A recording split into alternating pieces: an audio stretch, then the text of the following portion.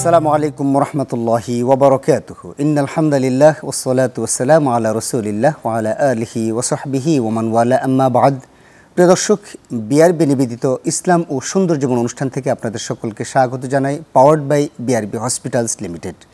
প্রিয় দর্শক, এই অনুষ্ঠানে আমরা চমকপ্রদ কিছু বিষয় নিয়ে আলোচনা করে থাকি, আর আমার সাথে থাকেন দেশ বরেণ্য ইসলামী স্কলারগণ। আজকে আমাদের আলোচনার বিষয় হলো চরিত্র উন্নয়নে সিয়াম সাধনা বা রমাদানের ভূমিকা। এই বিষয়ে আলোচনা করার জন্য আমরা স্টুডিওতে আমন্ত্রণ জানিয়েছি বিশিষ্ট গবেষক, লেখক এবং কলামিস্ট, ঐতিহ্যবাহী ড্যাফোডিল কলেজের সম্মানিত প্রিন্সিপাল, আমাদের প্রিয় মানুষ ডক্টর মোহাম্মদ মাহমুদুল হাসান। আসসালামু আলাইকুম রহমতুল্লাহি ওয়া বারাকাতুহু। আসসালামু আলাইকুম স্যার, কেমন আছেন? আলহামদুলিল্লাহ, জাযাকুমুল্লাহ, ভালো আছি। বারাকাল্লাহু ফিক, আলহামদুলিল্লাহ আলা কুল্লি হাল। আজকে আমাদের আলোচনার বিষয় হলো চরিত্র উন্নয়নে রমাদানের ভূমিকা। একজন মানুষের মৌলিক যে বিষয়গুলো থাকে তার মধ্যে ঈমান আকীদার পরেই কিন্তু তার চরিত্র। চরিত্র সম্পর্কে আপনার কাছে জানতে চাচ্ছি, চরিত্রটা একজন মানুষের জন্য কেন এত গুরুত্বপূর্ণ? চরিত্র বলতে আসলে আমাদেরকে আগে জানতে হবে, একটা মানুষ যখন জন্মগ্রহণ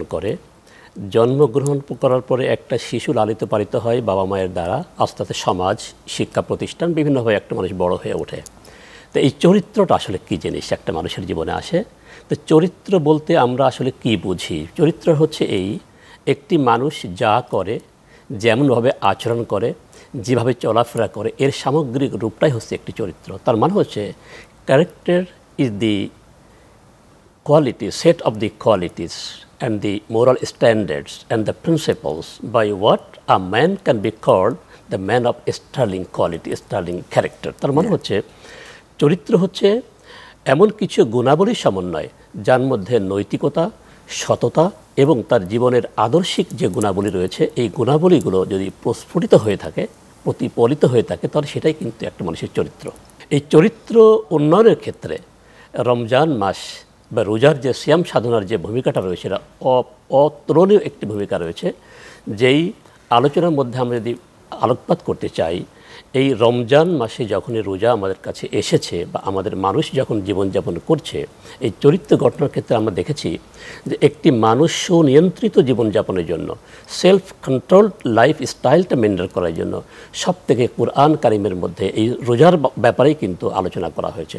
যেমন যখন রমজান মাসে রোজা আসে, যখন রমজান মাসে উপনীত হয় আমাদের সামনে এসে বলা হয়েছে ফামান শাহিদা মিনকুমুশ শাহরা ফালিয়াসুমহু, তার মানে রমজান এসেছে, তোমাকে রোজা রাখতে হবে। এমনটা নয় যে রমজানের বাইরে এসে এই রোজার ফজিলতটা পাওয়া যাবে। তার মানে হচ্ছে রমজানের মাস এসেছে, তোমাকে, আমাকে, সবাইকেই রোজা থাকতে হবে।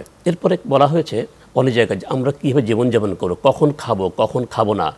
কুলু ওয়াশরাবু হাত্তা ইয়াতাবায়্যানা লাকুমুল খায়তুল আবয়াদু মিনাল খায়তিল আসওয়াদ ইলা আখির আয়া। সেখানে বলা হয়েছে যখন তখন খেলে হবে না, একটা নির্দিষ্ট সময় তোমাকে দেওয়া হয়েছে, ওই সময়টা খাবে এবং কোন সময় পর্যন্ত খেতে পারবা সেটার উপর নিয়ন্ত্রণ করে দেওয়া হয়েছে। এই জন্য যখন রমজান মাসে যে আমরা কখন রোজা থাকছি, এই থাকার ক্ষেত্রে যে সেলফ কন্ট্রোলটা কীভাবে আসছে, লা তাসুমু হাত্তা তারাউল হিলালা ওয়া লা তুফতিরু হাত্তা তারাহু। তার মানে হচ্ছে রমজান এসছে, আপনি চাঁদ না দেখা পর্যন্ত আপনি রমজানে রোজা পালন করতে পারবেন। তারপর এখানে সেলফ কন্ট্রোল লাইফটা মেনটেন করার জন্য রোজা একটা বড় ভূমিকা রেখেছে। আমরা মোরাল ভ্যালুসটা কি? মোরাল ভ্যালুসটা হচ্ছে একটা মানুষের দায়িত্ববোধ, দায়িত্বশীলতা, আস্থাভাজন অর্জন করা, আস্থাভাজন হওয়া বা দায়িত্বশীল আচরণ করা, এটি হচ্ছে একটা নৈতিক মূল্যবোধ। এই নৈতিক মূল্যবোধের জায়গায় আমরা দেখতে পাই যে আমরা যখন একটি মানুষ, যখন আমরা চলাফেরা করি, উঠতে বসতে চলতে ফিরতে, যখন সিয়াম সাধনা করছি, এই সিয়াম সাধনার মধ্যে আমরা দেখতে পেয়েছি এই রমজান মাসের রোজা থাকার পরে আমাদের যে মৌলিক যে কাজটি আসে, আমাদেরকে বলা হয়েছে রোজা থাকো, কিন্তু এমন কোনো কাজ করো না যেই কাজ করলে রোজা থাকাটা উপোস থাকার নামান্তর হয়ে যায়। মাল্লাম ইয়াদা কাউলা যুর ওয়াল আমালা বিহি ফালাইসা লিল্লাহি হাজাতুন ফি আইয়াদা তাআমাহু ওয়া শারাবাহু। ছোট্ট একটা বিরতিতে যাই, বিরতির পর আপনার কাছ থেকে যে জিনিসটা জানতে চাইব যে মানুষের জন্য তো আসলে চরিত্র অত্যন্ত গুরুত্বপূর্ণ, এটা আপনি বললেন আমাদেরকে। মানুষের ঘরে জন্মগ্রহণ করলেই কি মানুষ হয় কিনা, আমরা এই পয়েন্টটাতে আপনার সাথে একটা আলোচনা করতে চাই ছোট্ট একটা বিরতির পর। প্রিয় দর্শক, আপনারা দেখছেন বিআরবি নিবেদিত ইসলাম ও সুন্দর জীবন অনুষ্ঠান, powered by BRB hospitals limited. ছোট্ট একটি বিরতিতে যাচ্ছি, বিরতির পর ফিরে আসছি, আশা করছি আপনাদেরকে পাবো ইনশাআল্লাহ।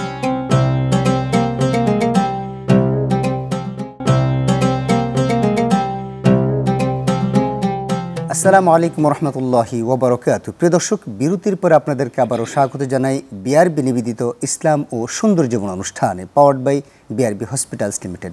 আমরা আলোচনা করছিলাম চরিত্র উন্নয়নে সিয়াম সাধনা অথবা রমাদানের ভূমিকা। এই বিষয়ে আমাদের সাথে আছেন ডক্টর মোহাম্মদ মাহমুদুল হাসান। স্যার, এবার আপনার কাছে আমরা যে প্রশ্নটা করতে চাচ্ছি সেটা হলো যে পশুর ঘরে জন্মগ্রহণ করলে কিন্তু পশু হয়, কিন্তু মানুষের ঘরে জন্মগ্রহণ করলে আল্লাহ সুবহানাহু ওয়া তাআলা বলেছেন যে প্রত্যেকটা সন্তান ফিতরাতে ইসলামের উপর জন্মগ্রহণ করে, কিন্তু আদৌ কি আমরা দেখতে পাচ্ছি সে মানুষ হয়ে বাকি জীবনটা সে কাটায়? এক্ষেত্রে আমি যেটি বলতে চাই, আল্লাহ তাআলা কুরআন কারিমে বলেছেন ফিতরাতাল্লাহিল্লাতী ফাতারান-নাস আলাইহা, তার মানে একটা নির্দিষ্ট ইতিবাচক একটা দৃষ্টিভঙ্গিতে মানুষকে তৈরি করা হয়েছে। কিন্তু কেন এই মানুষের ঘরে জন্মগ্রহণ করার পরেও সে মানুষরূপী দানব হচ্ছে, মানুষরূপী শয়তান হচ্ছে, মানুষ খারাপ হচ্ছে? কেন হচ্ছে? যালিকা কাল আনআম বালহুম আদাল। আনআম থেকে নিকৃষ্ট বলা হয়েছে, বালহুম আদাল মানে পশু নয়, পশু চাইতে আরো নিকৃষ্ট করা হয়েছে। এখানে আল্লাহ রাব্বুল আলামিনের হাবিব সাল্লাল্লাহু আলাইহি সাল্লাম বলেছেন যে মা মিন মাউলিদিন ইউলাদু আলাল ফিতরাতি ফাআবাওয়াহু ইউহাব্বিদানিহি আও ইউনাসসিরানিহি আও ইউনাজ্জিসানিহি। এখানে স্পষ্ট হয়ে যায় একটি মানুষের ঘরে জন্মগ্রহণ করার পরে একটি মুসলমানের ঘরে আজান দিয়ে তাকে পবিত্র বাণী শোনানো হচ্ছে, তাকে মানুষ বানানোর জন্যই। এর পরবর্তীতে বাবা মায়ের আচরণ, ফ্যামিলিগত শিক্ষা প্রতিষ্ঠানের শিক্ষা, বিভিন্ন কালচারে অভ্যস্ত হয়ে একটি মানুষ কিন্তু অমানুষ হয়ে যাচ্ছে। কী হচ্ছে? ইসলাম বহির্ভূত জীবনযাপনে অভ্যস্ত হয়ে যাচ্ছে। কীভাবে হচ্ছে? ফাআবাওয়াহু ইউহাব্বিদানিহি, ওই বাবা মাই কিন্তু তার কালচারের কারণে, তার কৃষ্টি সভ্যতা এবং তার যে দৈনন্দিন জীবনাপাত যে প্রক্রিয়া, এর মাধ্যমে সে মানুষটা ইহুদি হয়ে যাচ্ছে, অথবা মূর্তি পূজক হয়ে যাচ্ছে, অথবা সূর্য পূজারী হয়ে যাচ্ছে, এবং তারা খ্রিস্টান হয়ে যাচ্ছে। তার মানে হচ্ছে একটা মানুষ আল্লাহর যে ফিতরাতের উপর জন্মগ্রহণ করিয়েছে, যে মানে দুনিয়াতে এসেছে, সে কিন্তু মানুষ থাকতে পারছে না। এই কারণে আমরা দেখেছি যে কিভাবে একটা মানুষ অমানুষে পরিণত হচ্ছে। আমরা জানি সূরা নাসের মধ্যে যে আল্লাহ তাআলা আমাদেরকে যেটা শিখিয়েছেন মিনাল জিন্নাতি ওয়ান নাস, তার মানে মানুষের থেকেও মানে পানাহ চেতে বলা হয়েছে। তার মানে মানুষ যখন শয়তানের রূপ ধারণ করে, আর বলা হয় যে আশ-শাইতানু যিবুল ইনসান, শয়তান হচ্ছে মানুষের জন্য নেকড়ে বাঘ। তার মানে হচ্ছে এই শয়তান যখন তার উপরে ভর করে বসে,